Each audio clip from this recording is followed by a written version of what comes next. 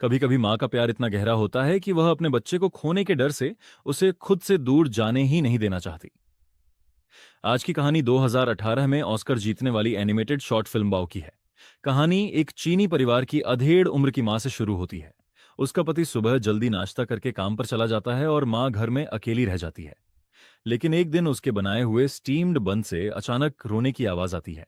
माँ हैरान होकर उसे उठाती है और देखती है कि वह एक छोटा सा बेबी बाँव है। उसके हाथ पैर हैं, आंखें हैं, नाक है और मुंह भी है। माँ उसे देखकर बेहद खुश हो जाती है। अब वह हर दिन बाँव बाँव का ख्याल रखती है, उसे खाना खिलाती है, उसके साथ खेलती है और हर मुसीबत से बचाती है। जब बाँव बाँव खेलते हुए गिर जाता है तो माँ तुरंत उसे उठाकर संभालती है। वह उसे ताइची सिखाती है और उसके लिए हर वक्त चिंतित रहती है। लेकिन समय के साथ बाँव बाँव बड़ा होने लगता है। अब उसे अपनी माँ के साथ हर समय रहना पसंद नहीं आता। वह दोस्तों के साथ फुटबॉल खेलना चाहता है, बाहर जाना चाहता है और अपनी जिंदगी खुद जीना चाहता है। माँ उसे रोकती रहती है। धीरे धीरे दोनों के बीच दूरी बढ़ने लगती है।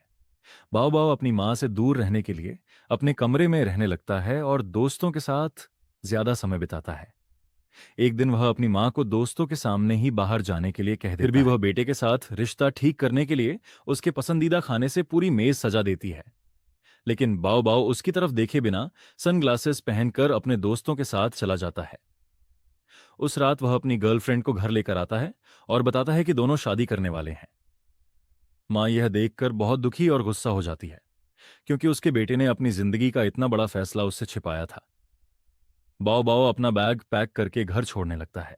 माँ उसे रोकती है, लेकिन बाव बाव जाने पर अड़ जाता है और तभी माँ गुस्से में अपने बेटे बाव बाव को पूरा निगल जाती है। लेकिन अगले ही पल उसकी आंख खुल जाती है। पता चलता है कि यह सब सिर्फ एक सपना था। माँ बहुत दुखी होती है। तभी उसका पति असली बेटे को घर बुलाता है। बेटा अपनी माँ के लिए उसकी पसंदीदा पेस्ट्री लेकर आता है। वह माँ को खुश करना चाहता है, लेकिन उसे समझ नहीं आता कि क्या कहे। दोनों कुछ देर चुप रहते हैं। फिर माँ अपने बेटे को गले लगा लेती है।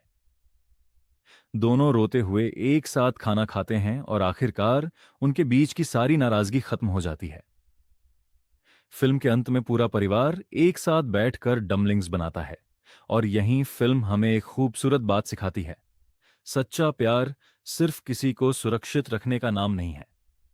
कभी कभी प्यार का मतलब कभी कभी प्यार का मतलब यह भी होता है कि हम अपने बच्चों को उनकी जिंदगी अपने तरीके से जीने की आजादी दें, क्योंकि बच्चे हमारे पास हमेशा रहने के लिए नहीं आते, वे बड़े होकर अपनी दुनिया बनाने के लिए आते हैं। तो दोस्तों, आपको इस कहानी से क्या सीख मिली?